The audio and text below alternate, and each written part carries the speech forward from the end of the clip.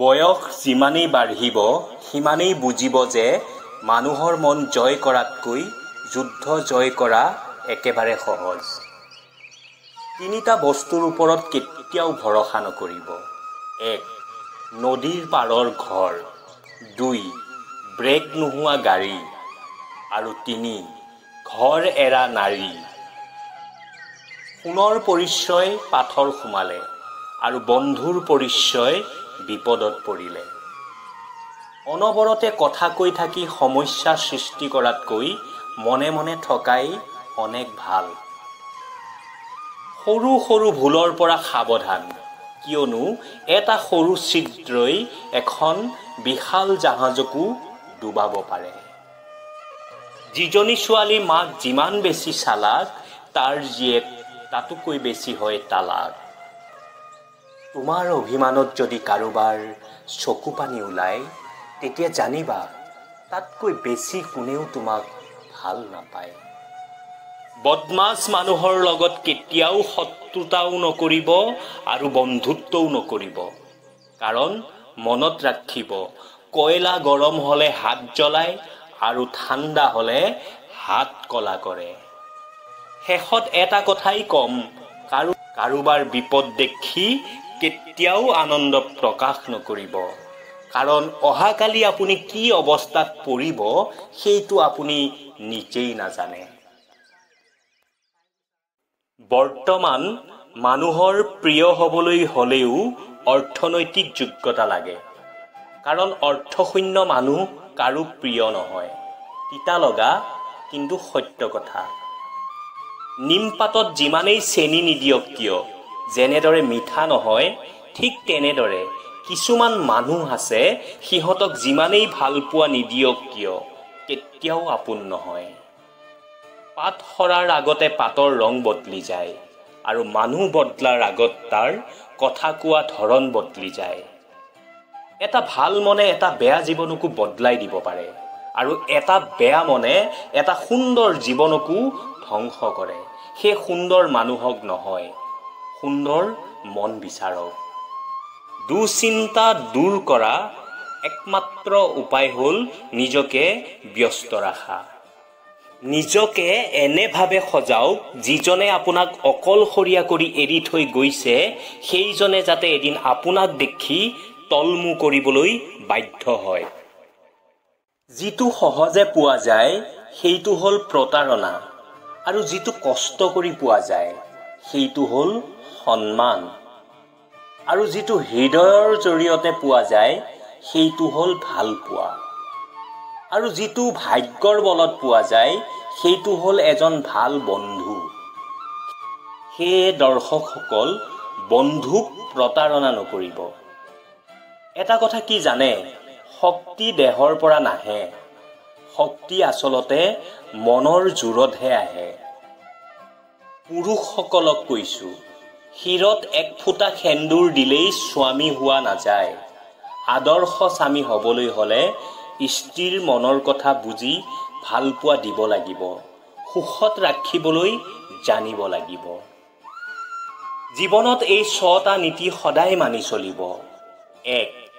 প্ৰাৰ্থনা কৰাৰ আগতে বিশ্বাস কৰক। 2. কথা কোৱাৰ আগত শুনক। 3.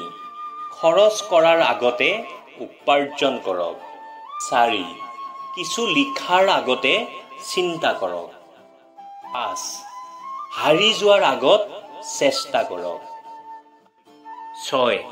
মৰাৰ আগতে জীয়াই থাকিবলৈ শিকক। তেলযুক্ত খাদ্য আৰু তেলযুক্ত কথা দুয়োটাই সোৱাদযুক্ত আৰু মিঠা হয়, কিন্তু প্ৰথমটোৱে শৰীৰ নষ্ট কৰে আৰু দ্বিতীয়টোৱে সমাজ। জীৱনত নিজৰ সিদ্ধান্তক যিমান গুৰুত্ব দিব পাৰিব, আপোনাৰ জীৱনত আনৰ প্ৰয়োজন সিমানেই কমিব। কিছুমান মানুহ আমাৰ জীৱনত অহাৰ বাবেই আমি শিকিছোঁ, সকলো বিশ্বাসৰ যোগ্য নহয়। জীৱন কাৰো বাবে ৰৈ নাথাকে, কিন্তু মনটো কাৰোবাৰ বাবে কেতিয়াবা ৰৈ যায়। প্ৰিয় মানুহৰ কাৰণে সম্পৰ্ক বনালেই নহ'ব, সম্পৰ্কৰ মৰ্যাদা ৰাখিব জানিব লাগিব। শুনিবলৈ বেয়া লাগিলেও এইটো সত্য যে বৰ্তমান সৌন্দৰ্য আৰু টকা মানুহৰ প্ৰথম আৰু প্ৰধান পৰিচয়। বহুজনৰ হাত স্পৰ্শ নকৰি এজনৰে হাত শক্তিশালী কৰি ধৰক, দেখিব ভৱিষ্যত সুন্দৰ হ'ব। কথা হজম কৰিবলৈ শিকাটো বহুত ডাঙৰ গুণ। এইটোৱে আপোনাক জীয়াই থাকিবলৈ সহায় কৰিব। ধৰ্মগ্ৰন্থ ৰামায়ণ আৰু মহাভাৰতে কয়, ৰাশিফলৰ ওপৰত বিশ্বাস নকৰিব, কাৰণ ৰাম আৰু ৰাৱণৰ একেই ৰাশি আছিল। ঠিক তেনেদৰেই কংস আৰু কৃষ্ণৰো একেই ৰাশি আছিল। ৰাশি একেই, কিন্তু চৰিত্ৰ ভিন্ন। গতিকে সদায় নিজৰ চৰিত্ৰৰ ওপৰত বিশ্বাস ৰাখক। সৎ চৰিত্ৰ লোকৰ কোনো দিনেই পতন নহয়। কাৰোবাক পাই হেৰুৱাৰ বেদনা কি, সেয়া ৰাধাক সোধক।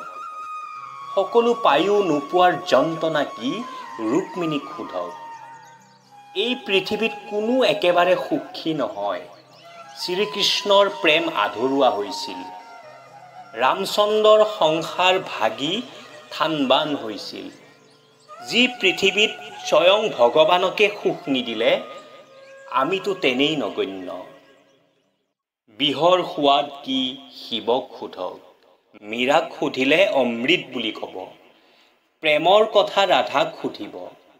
ৰুক্মিণীক সুধিলে অধিকাৰৰ কথা ক'ব। বনবাসৰ দুখ উৰ্মিলাক সুধিব। সীতাক সুধিলে ধৰ্ম বুলি ক'ব। লকডাউনৰ দুখ দুখীয়াক সুধিব। ধনীক সুধিলে মজ্জা বুলি ক'ব। জীৱনত এই তিনিটা কথা কেতিয়াও নাপাহৰিব। 1. পইচাৰ লগতে ব্যৱহাৰ উপাৰ্জন কৰক। কিয়নো মৃত্যুৰ পিছত 4 কোটি টকাই নহয়, 4জন মানুহেহে শ্মশানলৈ কান্ধত তুলি লৈ যাব। খালী পকেট আৰু খালী পেটে জীৱনক যি কথা শিকায়, সেই কথা আন একোৱেই শিকাব নোৱাৰে। পানীয়ে গোটেই জীৱনটো দি গছক সৰুৰে পৰা ডাঙৰ কৰে। সেয়ে শেষত পানীয়ে কেতিয়াও খৰিডালক ডুবিব নিদিয়ে। সেয়ে আপুনিও আপোনাৰ জীৱনত কেতিয়াও আপোনবোৰক এৰি নিদিব। এইটো আমাৰ জীৱন হয় বন্ধুসকল। কষ্ট আৰু সমস্যাটো থাকিবই। মৰাৰ পিছত জ্বলালেওতো গম নাপাওঁ। পানী যদি আমি জোৰেৰে খামুচি ধৰোঁ, ই ওলাই যাব। কিন্তু বৈ যাব দিলে নিজৰ ৰাস্তা নিজেই উলিয়াই ল'ব। ঠিক তেনেকৈ জীৱনত যেতিয়া কঠিন পৰিস্থিতি আহিব, কি কৰিব একো পথ বিচাৰি নাপাব, তেতিয়া কেৱল শান্ত মগজুৰে চাওক, চিন্তা কৰক। সময় অহাৰ লগে লগে জীৱনে ৰাস্তা নিশ্চয় উলিয়াব। যিটো সম্পৰ্কত খং, অভিমান, সন্দেহ এইবোৰ নাই, সেইটো কেতিয়াও সঁচা ভালপোৱা হ'ব নোৱাৰে। কাৰোবাক আমনি কৰাতকৈ চুপ হৈ থকাই বেছি ভাল। এই পৃথিৱীত সকলোতকৈ বেছি অসহায়টো সি, যিয়ে নিজৰ খং, অভিমান, কষ্ট কাকো দেখাব নোৱাৰে, চিঞৰি কান্দিব নোৱাৰে। মাথো এটি মিঠা হাঁহিৰ মাজত সকলো লুকাই ৰাখে। প্ৰতিশোধ লোৱাতকৈ ৰাস্তা সলনি কৰাই বেছি ভাল। কাৰণ প্ৰতিশোধ লৈ তুমি এদিন আনন্দত থাকিব পাৰিবা, কিন্তু নিজক সলনি কৰিলে গোটেই জীৱন আনন্দত থাকিব পাৰিবা। জীৱনলৈ অহা সকলোবোৰ মানুহ আপোন নহয়। কিছুমানে সময় অতিবাহিত কৰিবৰ কাৰণেও আহে, যিবোৰক আমি হয়তো সকলোতকৈ বেছি প্ৰিয় বুলি ভাবোঁ। যিজন মানুহে এসময়ত কৈছিল টেনচন নকৰিবা, মইতো আছোঁ, এদিন সেই মানুহটোৱে সকলোতকৈ বেছি টেনচন দি গুচি যায়। চকুপানী তেতিয়াই আহে যেতিয়া মুখৰ কথা বুকুত আহি আঘাত কৰে। যেতিয়া তোমাৰ কথা মনত পৰে, তেতিয়া পৃথিৱীৰ কোনো সুখে মোক সুখী কৰিব নোৱাৰে।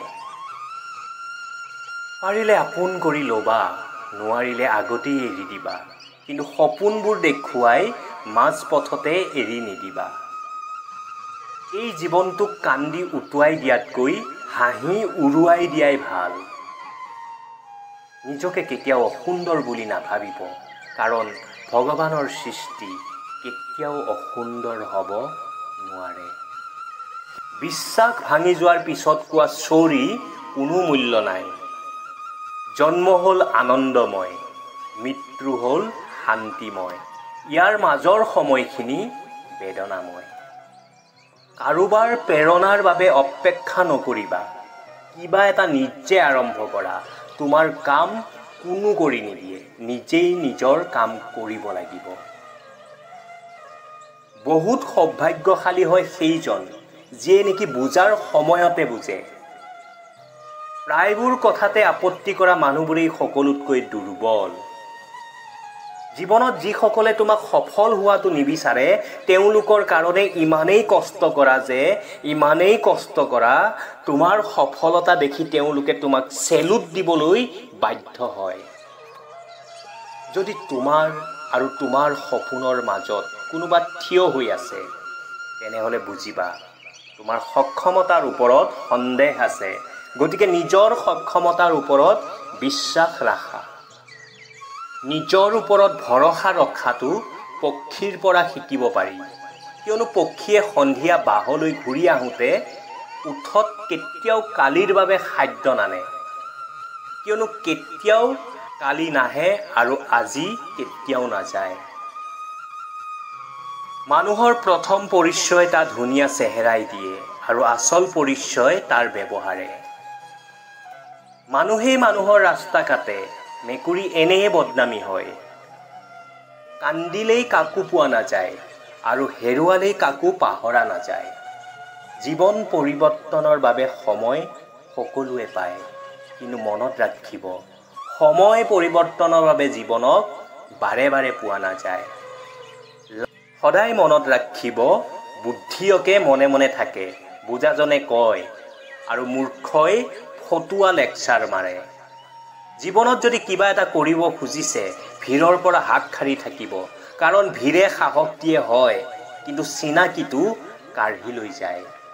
জীৱনত যদি সফল হ'ব বিচাৰিছে, তেতিয়াহ'লে কোৱা কম কৰক, শুনিবলৈ শিকক, ভাবিবলৈ কম কৰক, কাম কৰিবলৈ শিকক, আপত্তি কৰিবলৈ কমাওক, সন্দেহ কৰিবলৈ কমাওক, কেৱল নিজৰ ওপৰত ভৰসা কৰিবলৈ শিকক।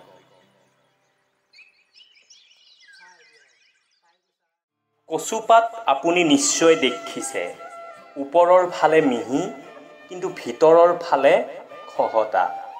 তেনেদৰে আমাৰ মাজতো এনে কিছুমান মানুহ আছে, ওপৰত মানুহৰ দৰে দেখিলেও কিন্তু ভিতৰখন আৱৰ্জনাৰে ভৰা। গতিকে এনে মানুহৰ পৰা সদায় সাৱধানে থাকিব। APJ আব্দুল কালাম ছাৰে এষাৰ সুন্দৰ কথা কৈছিল। তেখেতে কৈছিল যে খুচুৰা পইচাৰ শব্দ বেছি হয়, কিন্তু বেছি টকাৰ নোটৰ কোনো শব্দ নহয়। সেয়ে নিজৰ মূল্য বুজাবলৈ সকলো সময়তে মনে মনে থাকক। সময়ে আপোনাৰ মূল্য বুজাই দিব। জীৱনটো মমবাতি নহয়, তথাপি নুমাই যায়। মনটো আইনা নহয়, তথাপিও ভাঙি যায়। সপোনবোৰ পাখি নহয়, তথাপিও উৰি যায়। মানুহ ঋতু নহয়, তথাপিও বদলি যায়। সকলোকে বিশ্বাস নকৰিব, কিয়নো সকলোকে বিশ্বাস কৰিলে বিশ্বাস শব্দটোৰ মূল্যহীন হৈ যায়। আত্মসন্মানতকৈ ডাঙৰ একো নাই। সেয়ে কোনোবাই যদি কিবা কাৰণত আপোনাক এবাৰ সৰু কৰে, তাৰ পৰা আপুনি দূৰত থাকিব, কিয়নো প্ৰশ্ৰয় দিলে তেওঁ পুনৰ একেই কাম কৰিব। ৰাতিপুৱা নোহোৱালৈকে ফুলেও নাজানে শ্মশানলৈ যাবনে মন্দিৰলৈ যাব। সেয়ে জীৱনত সদায় নিজৰ মতে জীয়াই থাকক। পানীত ননমাকৈ যেনেদৰে সাঁতোৰ শিকিব নোৱাৰি, ঠিক তেনেদৰে জীৱনত বেয়া সময় নাহিলে আপোন পৰ চিনিব নোৱাৰি। কবিগুৰু ৰবীন্দ্ৰনাথ ঠাকুৰৰ এষাৰ সুন্দৰ কথাৰে আজি এই ভিডিঅ'টো সামৰিম।